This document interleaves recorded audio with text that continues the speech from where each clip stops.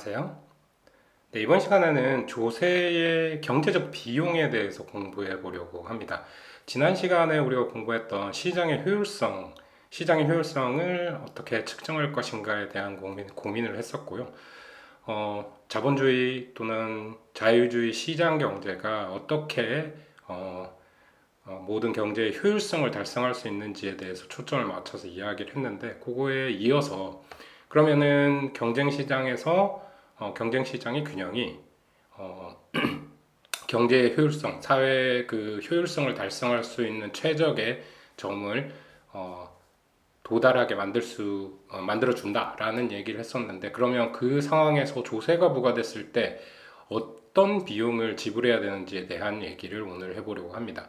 조세의 비효율성 또는 조세의 경제적 비용에 대한 얘기고요. 이것도 또한 후생경제학적인 어떤 프레임워크를 가지고 경제학적인 도구를 가지고 분석을 한번 해볼 겁니다. 그 조세가 가지고 오는 비효율성, 조세가 가지고 있는 비용, 그 조세를 부과함으로 통해서 경쟁 시장에 조세를 부과하는 경우 어떤 비용을 우리가 지불해야 되는지에 대해서 살펴보는 내용이 되겠고요. 그 전에 우리 이런 내용 공부한 적이 있습니다. 조세의 부담이 전가되는 경우가 있죠. 모든 경우에 전가가 됩니다.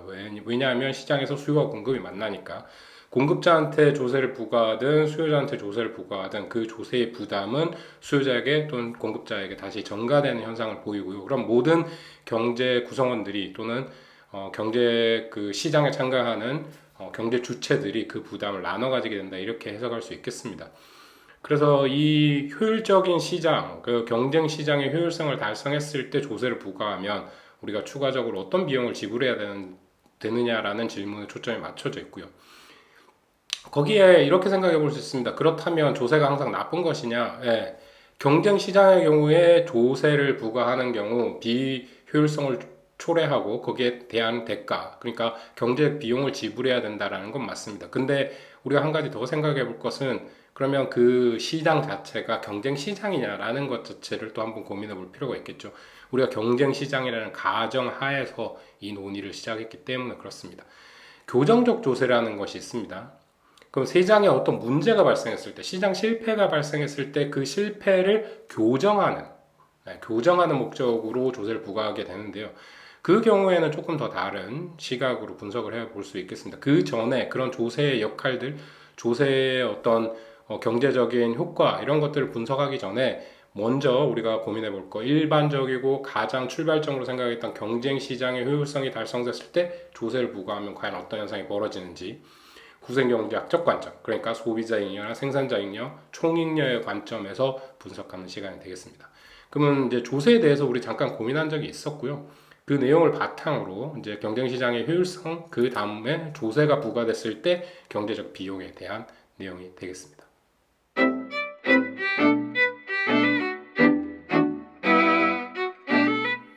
조세의 경제적 비용을 분석하기 위해서 이제 경제적 순손실이라는 걸 정의해야 됩니다. 조세로 경제적 순손실이 발생한다. 네. 웰페어 로스라고 볼 수 있는데, 그럼 후생 감소가 발생한다라고 다시 다르게 얘기할 수 있는 거예요. 그러면 첫 번째로 우리가 생각해보고 세금이 부과됐을 때 어떤 현상이 벌어질 건지를 한번 고민해 보도록 하죠. 그렇다면 조세가 부과가 뭐 소비자한테 부과되었던 생산자한테 부과되었던 그건 뭐 별로 중요치 않다고 말씀드렸습니다. 어쨌거나 시장에서 나타나게 될 때는 그럼 그 조세가 부과된 양만큼을 어떻게 각자가 부담을 지게 돼 있습니다. 그렇죠? 그러면 그 부담을 지는 과정을 우리 그림으로 잠깐 설명했을 때는, 그러면 생산자는 조세를 뺀 만큼의 돈을 자기한테 가져가게 되는 거고요. 소비자는 자기가 원래 시장에서 지불해야 되는 시장 균형 가격보다 더 높은 가격을 지불해야 되는 거죠. 그 차이가 발생하고요. 그 가격의 받는 돈과 주는 돈의 차이, 그 차이가 바로 조세의 크기가 되겠습니다. 그렇죠?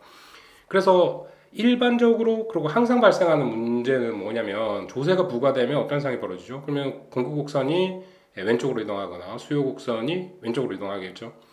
그 부과를 어떻게 하는지에 따라서. 그럼 간단하게 얘기해가지고 생산자한테 부과하는 걸로 한번 고정시켜 놓고 생각을 해보도록 하겠습니다.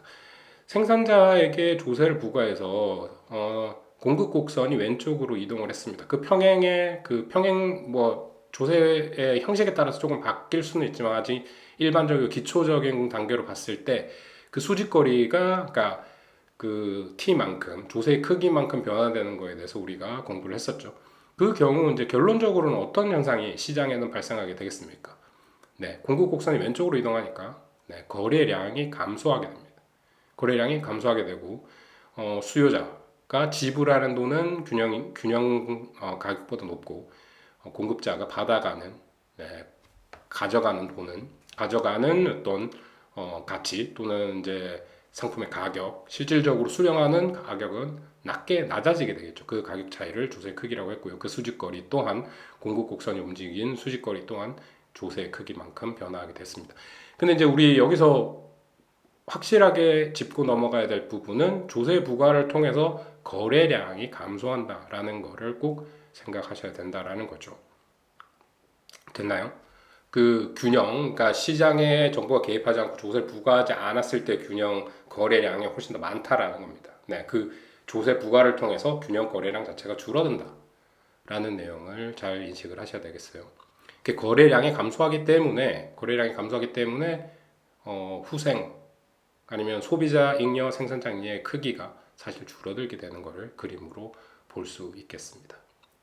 그렇다면 이제 세금 부담에 관한 내용인데요. 세금 부담을 우리 수직거리로 그냥 표현을 했습니다. 그렇죠?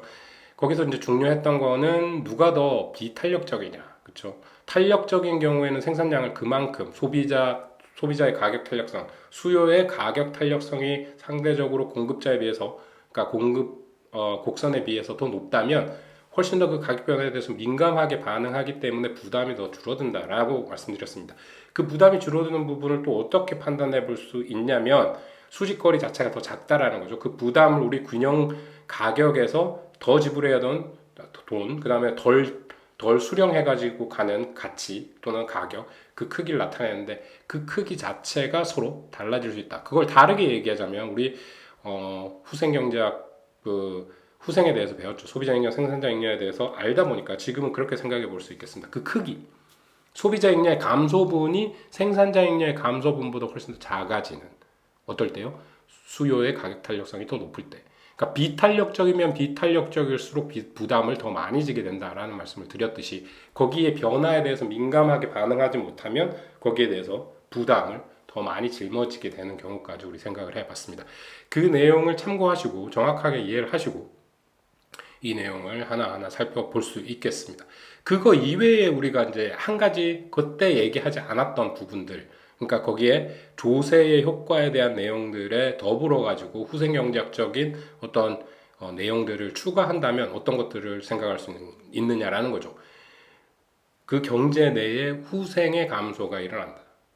뭐 소비자 잉여가 감소하고 생산자 잉여가 감소했다라는 거 좋아요. 그거 감소한다는 거 우리 알고 있죠. 가격이 그렇게 변하니까 균형 가격보다 더 높이 지불해야 되고 균형 가격보다 낮은 가격을 생산자는 가져갈 수 있습니다. 그러나 그 와중에 정부가 가져가는 부분도 있죠. 네, 정부가 가져가는 부분이 있습니다. 조세의 크기하고 거래량의 크기만큼 사각형 모양의 부분을 조세 수입으로 정부가 가져가게 됩니다. 그럼에도 불구하고 우리가 생각했던 또는 우리가 봐왔던 사회 전체적인 후생, 사회 후생이 소비자 잉여 더하기 생산자 잉여에서 소비자 잉여, 감소한 소비자 잉여와 감소한 생산자 잉여에다가 조세 수익까지 다 더했는데도 불구하고 조세를 부과하기 전에 사회 후생 크기보다 적어지는 그 현상을 보이는데요. 그거를 순손실이라고 합니다. 후생 손실이라고 볼 수 있겠죠. 그거를 또 뭐 사중 손실이라고도 얘기를 합니다. 그 내용을 살펴보고요. 그 부분을 정확하게 이해하는 게 오늘 수업의 핵심이 되겠습니다. 그럼 이제 세금의 효과를 볼 때 이제 다음 옆에 있는 그림을 보시면 알겠지만 지금 이제 그려놓은 거예요, 그렇죠? 수요 곡선이 이제 저기 수요 곡선이나 그 공급 곡선이 움직인 건 보여지진 않았는데 각각을 다시 그려볼 수 있겠죠. 그 점들이 있습니다. PC라는 거는 컨슈머가 지불하는 가격이 될 거고요. PP라는 거는 프로듀서가 가져가는 가격이 될 거예요. 그 수직거리, 그 크기만큼이 T가 되는 거고요. 그 내용 하나하나를 살펴보면 공급 곡선이 그 위로 C점 PC와 T라고 써져 있는 저 지점을 지나가게 되거나 아니면은 수요자에게 조세가 부과되었다면 수요 곡선이 수평으로 이동해서 PP와 T 지점 그 지점을 지나는 그 곡선이 수요 곡선이 그려지게 될 겁니다. 그 지점을 일단 그림에서는 뺐는데요.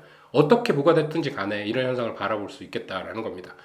그러면 조세가 부과되고 난 다음에 소비자가 지불해야 되는 가격 PC, 그 다음에 생산자가 가져가는 돈 PP가 되겠습니다. 그 크기 T가 되고요.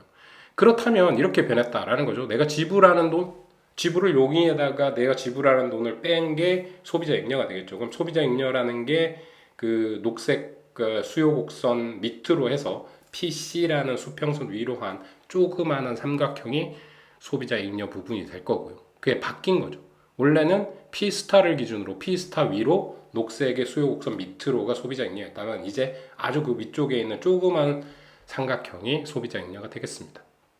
그럼 생산자 잉여 한번 다시 살펴볼까요? 생산자 잉여 P스타 밑으로 해서 공급 곡선이 빨간색 S 곡선, 공급 곡선 위로 된 그 큰 삼각형이 원래는 조세 부과 전에 생산자 잉여였죠. 이제 조세가 부과됐을 때 생산자한테 부과되든 소비자한테 부과되든 생산자가 가져가는 돈 또는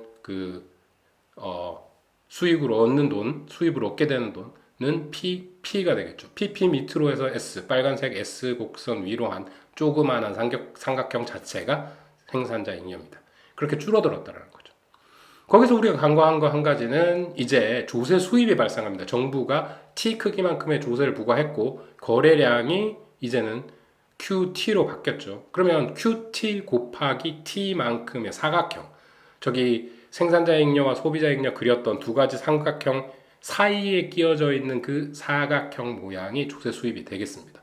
그러면 조세 부과 전에는 전체 큰 삼각형을 우리가 총 잉여, 사회적 잉여, 뭐 이렇게 사회 후세 이렇게 얘기할 수 있다면 이제는 조세 부과가 된 다음에 보니까 마른 목골 모양의 사다리꼴 모양의 위에 조그만 삼각형, 그다음 중간에 사각형, 밑에 조그만 삼각형의 그 그림이 사회 후생이 되겠습니다. 조세 부과 후의 사회 후생과 조세 부과 전의 사회 후생을 비교해 보면 어디 하나가 빠졌죠. 그 원래 오른쪽에 위치하고 있는 삼각형 모양이 바로 빠져버린 겁니다. 그렇게 순손실이 일어난 거죠.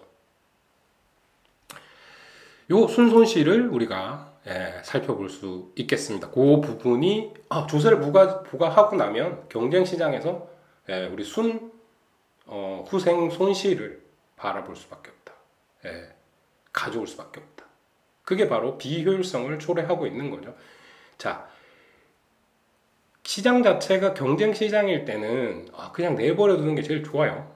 자유주의에서 얘기하는 laissez-faire라고 하죠. 그 정부가 개입하지 않는 것이 사회 후생적인 측면에선 가장 좋습니다. 그럼에도 불구하고 무슨 이유인지 모르겠지만 정부가 조세를 부과했다면 그 오른쪽에 끼어 있는 삼각형만큼의 순손실을 피할 수가 없다라는 점을 잘 이해하시면 되겠습니다.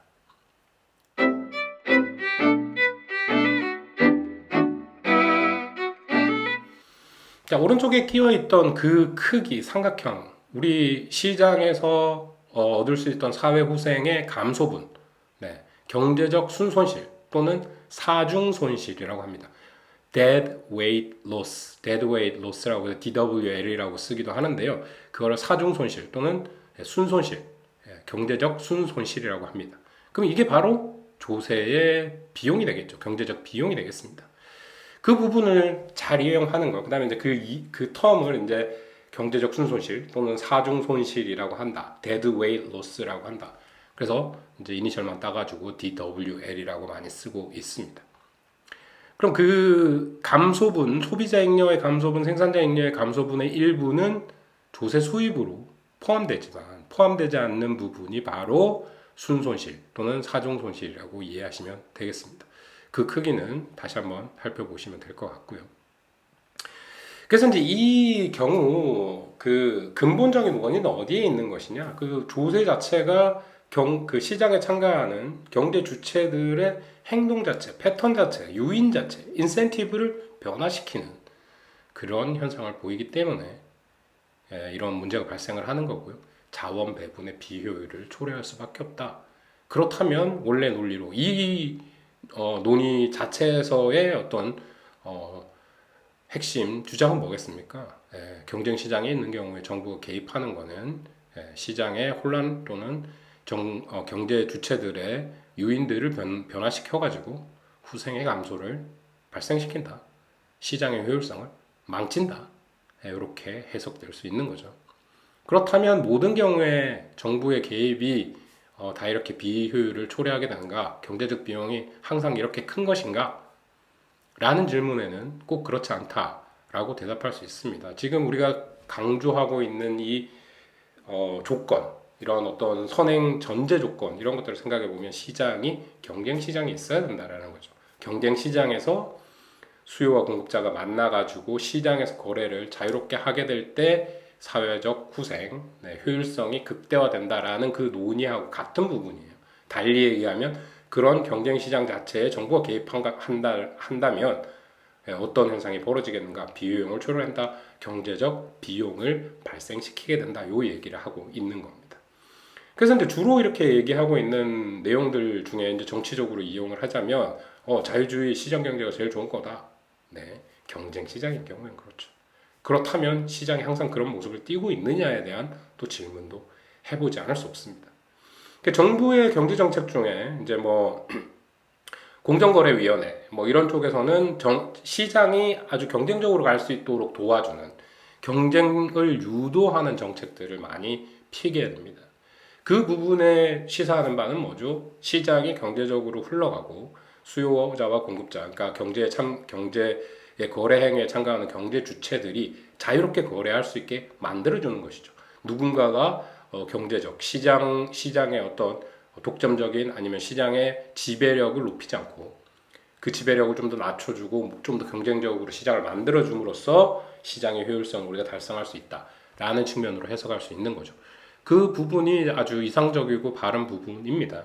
그럼에도 불구하고 우리가 바라보는 현실이 항상 우리가 이론에서 얘기하고 있는 부분들과 거리가 있고 괴리가 있다라는 부분들을 항상 이해하고 있어야 될 것 같고요. 그 부분이 지금 중요합니다. 그 전에 중요한 거는 경쟁시장이라고 했을 때 자유롭게 수요자와 공급자가 거래할 수 있는 환경을 만들어주는 거 중요하다. 공정거래위원회가 하는 것처럼 거래가 공정하게 이루어질 수 있도록 어떤 하나의 공급자가 독점적인 지위 또는 시장 지배력이 아주 높게 가져가지 않도록 유도하는 것 자체, 거기에 대해서 어떤 시사점이 있다고 할 수 있습니다. 그럼에도 불구하고 시장이 뭐 우리 다음에 또 할 내용이긴 하지만요. 어떤 경제 주체가 시장의 어떤 지배력을 가지고 있는 경우가 윤리적으로 잘못된 것이냐 아니면 현실적으로 아주 잘못된 것이냐라는 물음을 던져볼 수 있습니다. 그러면 독점은 항상 악마인가? 독점 시장이라고 하는 거, 그러니까 공급자가 하나 있는 거죠. 그 경우가 정말 나쁜 것인가? 독점은 왜 나쁜 것인가? 윤리적으로 타당하지 않은 것인가? 그런 경제 주체들이 독점적인 지위를 가지면 안 되는 것인가에 대한 질문입니다. 그럼 여기서 잠깐 말씀드리자면 그렇지 않다라는 거예요. 어떤 부분에서 그러냐? 자, 물론 우리가 경쟁 시장인 경우에 경쟁 시장에서 가장 효율적인 자원 배분의 상태를 만들어 줄 수 있다. 그 균형이라는 것들이 그렇게 문제를 해결해 준다라고 우리 이해를 했습니다. 그런데 이제 다른 경우를 한번 생각해 볼까요? 독점은 그러면 아주 나쁜 거죠. 그런 상태에 이르지 못하니까요. 하나의 공급자가 시장 지배를 가지고 자기 마음대로 모든 것들을 선택할 수 있게 만들어주는 상태가 독점 시장입니다. 그럼에도 불구하고 왜 완전 맨날 항상 악은 아니다, 악마는 아니다 라고 말을 하는가? 자, 이렇게 또 하나 생각해 볼 수 있어요. 자유주의 경제, 시장 경제가 제대로 돌아가기 위해서는 아니면 장기적으로 우리가 발전해 나가기 위해서는 개별적인 노력이 필요하고요. 혁신이 필요합니다. 혁신이 만들어졌을 때 제일 처음 어떤 물건을 만든 사람이 시장에 가지고 나와서 사람들한테 쓸 수 있게 만들어주는 것. 그게 뭐겠습니까? 발명, 발견 뭐 이런 것이죠. 혁신입니다. 어떤 상품이 세상에 없었는데 내가 처음 개발했어요. 그럼 보통 어떻게 합니까? 특허를 주죠. 특허라는 게 뭡니까? 일정 기간 동안 네 마음대로 네 혼자만 이거를 그 방식으로 생산할 수 있게 지위를 주는 겁니다. 그 지위가 없어졌다고 한번 가정을 해볼까요? 그 경우에는 어떤 문제가 생깁니까? 그런 경우에는 이런 걸 한번 생각해 볼 수 있겠죠.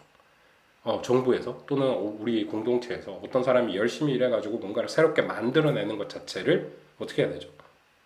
이렇게 권장해야 됩니다. 그게 장기적으로 경제가 발전하고 우리 경제에서 뭔가를 경제가 성장할 수 있는 원동력이 되는 거잖아요. 그런 혁신과 그런 새로운 것에 대한 노력, 그런 유인들을 줄일 수 있는 그 경우가 생긴다라는 겁니다. 그래서 독점적인 지위 또는 특허권들을 보장하는 이유는 그렇게 창의적인 생각, 창의적인 상품 이런 것들을 만들어내는 과정에 대해서 보상을 준다라는 거죠. 그 전 과정에 대해서 시장에 나오기 전까지의 노력, 그 노력에 대한 보상을 시장에서는 해주지 않습니다. 그런데 어떤 사람이 그렇게 창의적인 혁신, 그리고 그런 물건들을 만들어냈다면 거기에 대해서 보장을 좀 해주자. 왜? 그런 노력들을 모두 다 할 수 있게끔 유인을 주자라는 거죠. 그런 능력을 가진 사람이 그런 일에 매진해가지고 뭔가를 새롭게 만들어낼 수 있는 그런 분위기를 조장해보자 라는 측면의 얘기가 되겠습니다. 그런 의미에서 우리가 독점이 필요하다라고 얘기를 하는 거고요. 그럼에도 불구하고 우리가 가장 효율적인 자원 배분이라고 한다면 경쟁시장에서 정부가 개입하지 않고 자유롭게 거래할 수 있는 경쟁시장이 만들어져 있는 것이 정말 좋다라는 얘기를 잘 이해하셔야 되겠습니다. 이 논리를 쭉 이렇게 이해하시는 게 상당히 중요합니다. 지난 시간에 배웠던 경쟁시장에서 시장이 수요와 공급이 거래가 원활하게 자유롭게 이루어질 때 가장 효율적인 자원 배분이 일어난다에 대한 이해를 하셔야 되고요. 그건 이제 사회 후생을 바탕으로 그런 도구로 이렇게 설명을 해드린 겁니다. 그렇게 증명을 한 거죠. 소비자 액녀와 생산자 액녀가 가장 높아진다. 그리고 그 크기, 삼각형, 가장 큰 삼각형의 어떤 사회 후생이라는 게 만들어지게 된다라는 내용을 이해하시면 되겠고요. 그 다음으로는 이제 조세 부과, 조세가 부과되었을 때, 정부가 조세를 부과했을 때 생산자에게 부과되거나 소비자한테 부과되는 경우, 생산자의 경우 공급 곡선이 왼쪽, 그 다음에 소비자에게 부과된 경우 수요 곡선이 왼쪽으로 이동하는 현상을 보인다. 그래서 이제 뭐 종량세라고 하는데 양의 하나하나 개수마다 얼마만큼 일정량의 세금을 부과하는 경우를 아주 간단한 분석의 예를 든다면 그런 경우에는 이제 수평적인 거리가 딱 T만큼의 크기인 그런 변화를 일으키게 된다까지 이해하시면 되겠습니다. 그렇게 이해하시면 이제 조세 부과에 관한 어떤 분석에 대한 기본은 다 돼 있는 겁니다. 그래서 우리 결론적으로 봤을 때 조세를 부과하면 경제적으로 비용을 발생시키게 된다는 건 봤죠. 그게 어떻게 나왔습니까? 사중손실, 데드웨이 로스라든가 경제적 순손실, 웰페어 로스를 발생시키게 되는 거를 삼각형 크기가 어디 갔는지 없어져 버린, 그러니까 경쟁 시장의 균형에 비해서 그런 조세 부과가 되었을 때 사회적으로 만족도, 사회적인 행복도 자체가, 사회 후생 자체가 줄어들게 되는 것을 그 크기로 측정을 하여서 한번 살펴봤습니다. 그 내용을 잘 이해하시는 게 중요합니다.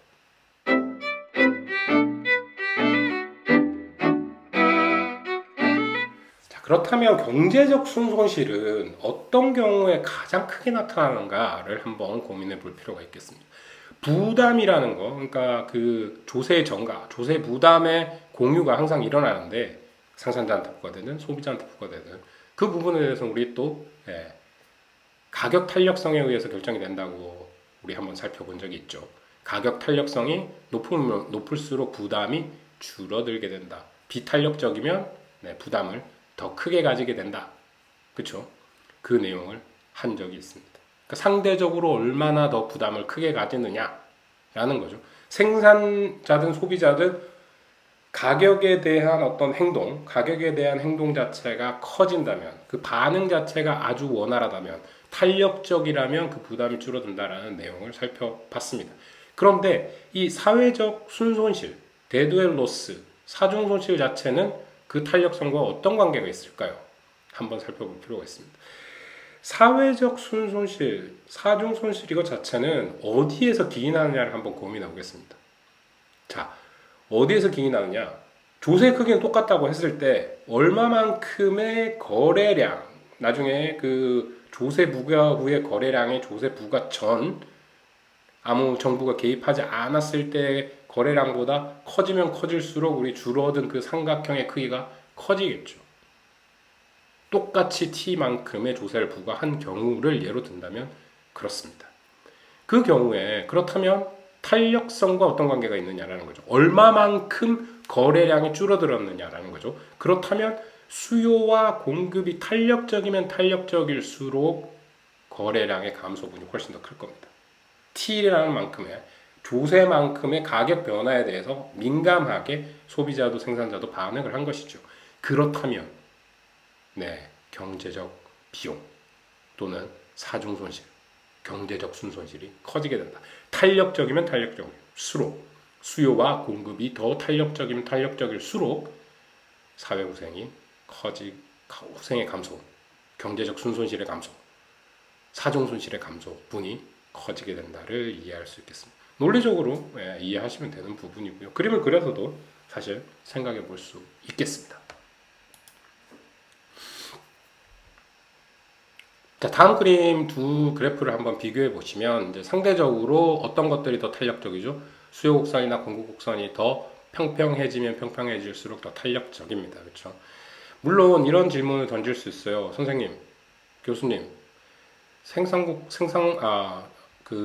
공급 곡선과 수요 곡선이 직선인 경우에 각 지점에서의 탄력성이 변화한다고 했고 각 지점의 탄력성이 다르다고 하셨는데 그거랑은 또 어떤 관계가 있나요?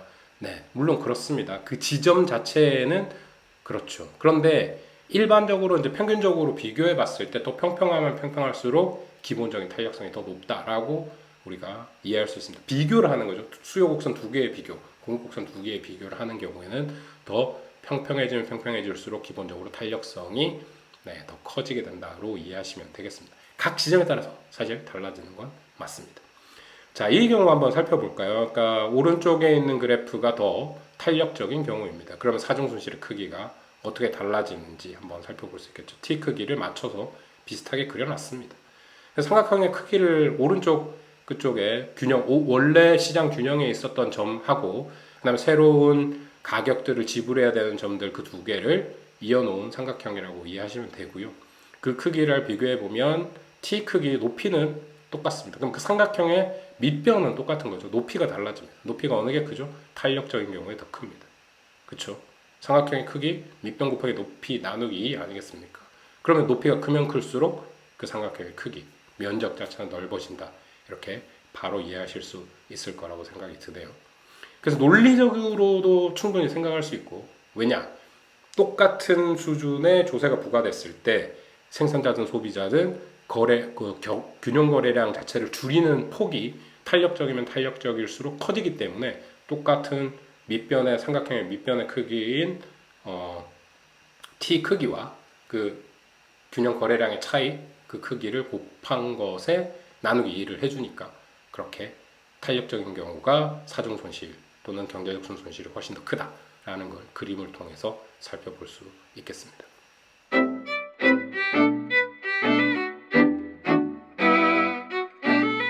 자, 이번 시간 마지막으로 한 가지 더 조금 살펴보고 갈 거는요.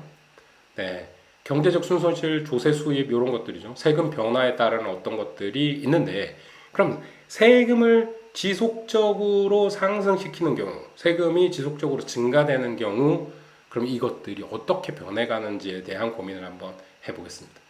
세금을 조금 부과할 때 그리고 조금씩 상승시켜가지고 아주 많은 수준의 크기의 세금이 부과될 때 그 크기들, 사중 손실이라든지 조세 수입이라든지 이런 것들의 크기는 어떻게 변화되는지 한번 살펴보도록 하겠습니다. 자, 세금이 증가할수록 조세의 순손실은 점점 증가하는 현상을 보입니다. 왜 그럴까요? 균형 거래량과의 차이도 점점 커지고요. T의 크기도 점점 커집니다. X 곱하기 Y 그 자체가 그걸 2로 나눠줬지만 X 곱하기 Y 자체, 밑변 곱하기 높이 그러면 베이스 하이트 그렇게 얘기하고 BH, 2분의 1 BH라고 공식으로 쓸 수 있는데요. 그 삼각형 크기를. 그 B 자체, 베이스 자체도 커지고 H 자체, 높이 자체도 커지는 현상을 보입니다. 이차함수적인 형태를 가지겠죠. 그렇다면 정확하게 y는 x제곱 같은 그래프는 아니겠지만 y는 x제곱 비슷한 모양을 가지기 때문에 네, 직선으로 증가하는 게 아니라 점점 기울기가 아니면 그 폭이 증가하는 그런 그림을 우리가 예상해 볼 수 있겠습니다. 그래서 조세 수입은 어떨까요? 조세 수입. 조세 수입은 한번 고민해 보겠습니다. 조세 수입은 처음에는 T량을 부과했을 때 T 곱하기 균형 거래량만큼 그 삼각형의 크기 어떤 수준까지는 자, 직선에 뭐 수요 곡선의 형식도 우리가 공부를 한 적이 있었죠. 중점이 될 때 가장 크다고 말씀드렸습니다. 그렇죠? 탄력성이 점점 증가하는 방향을 감소하는 방향을 보였다가 나중에는 아주 증가하는 그런 현상을 보일 거예요. 그렇다면 그 현상을 우리가 다르게 해석해가지고 조세 수입에서도 그 사각형의 크기에서도 우리가 비교를 해볼 수가 있을 겁니다. 그렇다면 조세 수입 자체는 점점 증가하다가 어느 수준 맥시멈을 딱 찍고 떨어지는 네.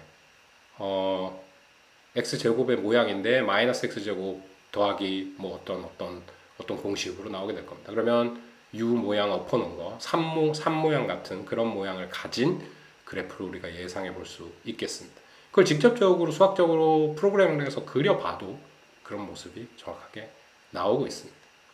직선의 수요와 직선의 공급 곡선을 그리면 그렇게 되고요. 우상향하고 우하향하는 경우를 일반적으로 비교를 해봐도 그렇게 우리가 논리적으로 따져보지 않았던 그러니까 그 크기를 생각해보면 삼각형의 크기 그때는 이제 곡선이 돼버리면 삼각형이 더 이상 아니죠. 삼각형 모양은 아닌데 곡선에 섞여 있는 다변 도형이 되겠죠. 그 도형을 적분으로 구해내야 되니까 더 복잡하게 구해낼 수 있습니다. 그러나 일반적으로 그런 현상을 보이고 있다.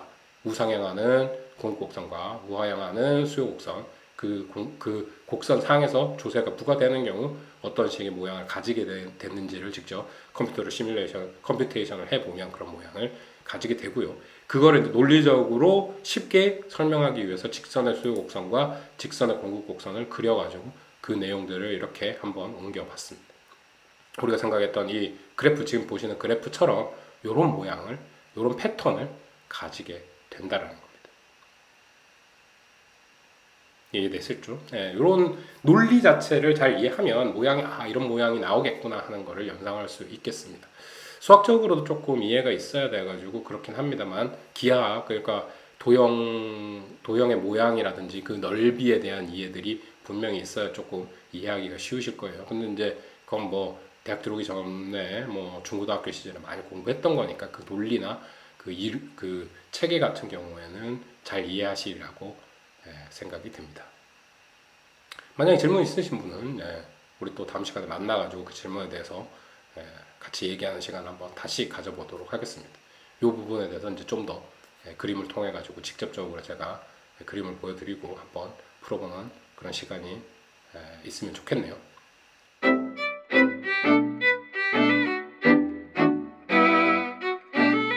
자, 이번 시간에 우리는 조세의 경제적 비용에 대해서 한번 생각을 해봤습니다. 조세의 경제적 비용 이 챕터 이 장에서는 우리가 알고 있었던 바로 지난 시간에 공부했던 시장의 효율성, 그렇죠? 수요 공급 곡선이 만나가지고 시장에서 균형이 달성되었을 때 사회적 후생이 극대화되는 후생경제학적 관점에서 소비자 잉여와 생산자 잉여를 합한 사회적 후생이라는 그것 자체가 가장 커진다라는 것을 이야기했었고요. 그 경쟁시장의 경우에 그런 시장 균형이 효율성을 달성했을 때 뭐 어떤 이유에서든지 조세를 우리가 정부가 부과하게 된다면 경제에 어떤 현상이 벌어지는지에 대한 내용이 오늘 담겨져 있습니다. 경제의 효율성, 시장의 효율성을 얘기하기 전에 우리가 조세에 대해서는 조금 고민을 했었고 조세 부담의 전가에 대해서도 우리가 얘기를 했었죠. 그 내용들을 다 같이 한 번에 어우러지게 이제 설명한 것이 이번 시간의 내용이 되겠습니다. 이제 우리가 소비자 잉여를 어떻게 계산하는지도 알고 생산자 잉여를 어떻게 계산하는지도 알게 되니까 조세의 효과가 어떻게 나타나는지를 알게 되는 거죠. 경쟁 시장에 정부가 조세를 부과하면 어떻게 된다고 했습니까? 데드로스가 발생할 수밖에 없다. 경제적 순손실이 발생할 수밖에 없다. 그렇죠? 그거를 이제 우리 어떻게 그려볼 수 있느냐? 삼각형 모양으로 그려볼 수 있습니다. 소비자 잉여, 생산자 잉여 물론 삼각형이고요. 조세 수입 사각형이고 거기 나머지로 남아 있는 부분들이 데드웰 로스라고 말씀드릴 수 있겠습니다. 데드웰 로스를 또 다른 말로 하버거스 트라이앵글이라고 합니다. 그러니까 하버거의 삼각형인데요. 그 삼각형 모양을 제일 먼저 주장했던, 제일 먼저 이렇게 보여줬던 사람이 하버그라는 경제학자이기 때문입니다. 다 말을 어떻게 좀 더 이제 이렇게 더 팬시하게 얘기하느냐에 따라서 좀 달라지는 거고요. 그래서 이제 사회적 후생, 감소, 경제적 순손실, 사중 손실, 사중 손실도 사실 한자어죠. 그거를 이제 데드웨일 로스를 한자어로 번역한 게 사중 손실이 되겠습니다. 그거랑 또는 하버그's 트라이앵글, 하버그의 삼각형이라고도 말한다 라는 부분들 그냥 참고로 알고 계시면 좋을 것 같고요. 오늘 배웠던 이제 경쟁 시장에서 정부가 시장에 개입하는 경우 경제적 비용이 발생할 수밖에 없다. 그 비용이 발생한다. 어쩔 수 없다. 그래서 원칙적으로는 경쟁 시장의 경우에는 정부가 시장에 개입하지 않는 것이 좋겠다. 자원의 효율적인 배분을 위해서. 그러나 우리가 현실을 살아가는 데 있어서 모든 시장이 다 경쟁 시장이라고 일컬을 수 있는 건 아니다. 그리고 경쟁 시장의 예를 정말로 찾아보기가 어렵습니다. 여러 가지 조건들이 만족해야 되는데 그 조건의 일부만 틀리더라도 경쟁 시장이 아닐 수 있는 거죠. 그리고 특히나 조세라는 거는 정부가 정부를 운영하기 위해서 어떤 자금이 필요하니까 걷어들이는 부분도 있고요. 또는 교정적 조세라고 해서 무슨 문제들이 시장에 경쟁 시장이 달성될 수 없는 경우에 그거를 좀 더 경쟁의 증가를 만들기 위해서 또는 어떤 부분들이 잘못됐으니까 그 잘못된 부분들을 바로잡기 위한 조세도 있다. 그 교정적 조세라고 합니다. corrective tax죠. 그 부분도 있으니까 그런 부분들을 좀 더 고려해가지고 좀 더 현실적으로 판단해야 되는 부분이 분명히 있습니다. 그래서 여러 가지 현실적인 문제를 경제적 이론에 이렇게 갖고 와서 계속 해석해보고 이런 경우는 어떨까를 고민해보는 것 자체가 제대로 된 경제학에 대한 연습이라고 볼 수 있고요. 경제학 원론을 공부하면서 그런 내용에 대해서 좀 더 고민을 해보시고 각자의 생각들을 한번 질문해 보시고 또 나름대로 답도 한번 찾아보시고 그러는 과정이 정말 필요합니다. 꼭 신문을 읽다가도 이렇게 배웠는데 얘는 왜 이런 기사는 이렇게 얘기를 할까라는 부분들 꼭 이렇게 의심을 가지고 하나하나 또 직접 찾아보시고 거기에 대해서 고민해보는 과정 해보시기를 추천하겠습니다. 다들 오늘 이제 경제적인 순손실, 조세의 경제적 비용에 대해서 기본적인 내용들 잘 이해하시고 또 다음 시간, 다음 미팅에 만나가지고 또 조금 더 질문 있는 부분들을 서로 나눠보고 생각해보는 시간 갖도록 하겠습니다. 그림을 통해서 사회적 후생 또는 생산자 잉여, 소비자 잉여의 변화본 요거 구하는 거에 연습이 좀 필요합니다. 그래서 항상 말씀드리지만 그려보고요.